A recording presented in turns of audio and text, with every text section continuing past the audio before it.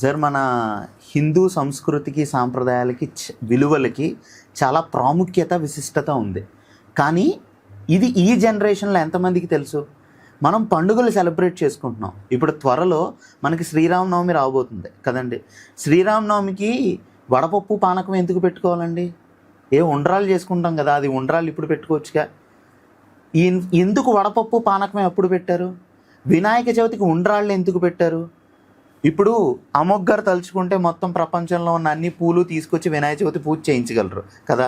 మరి ఎందుకు 21 పత్రి పెట్టారు దానికి? అది ఎందుకు భాద్రపద మాసంలోనే పెట్టారు? ఇలాంటి ఇన్ఫర్మేషన్ ఎవరికి తెలియదండి. మన విశిష్టత తెలియకపోవటం వల్లే బయట దానికి అట్రాక్ట్ అయిపోతుంది. బయట వాడికి అట్రాక్ట్ అవ్వడం ఒకటి, బయట వాడు మనల్ని ఏదైనా లోకోగా మాట్లాడితే మనం సమాధానం చెప్పలేకపోతున్నాం. బికాస్ వీ డోంట్ నో, మనకి తెలియదు కదా. ఈ ఇన్ఫర్మేషన్ ఇద్దామన్న ఒపీనియన్తోనే hariom.com అన్న వెబ్సైట్ స్టార్ట్ చేసామండి. ఈ hariom.com అన్న వెబ్సైట్ 2016 అక్టోబర్ 22 స్టార్ట్ చేసామండి.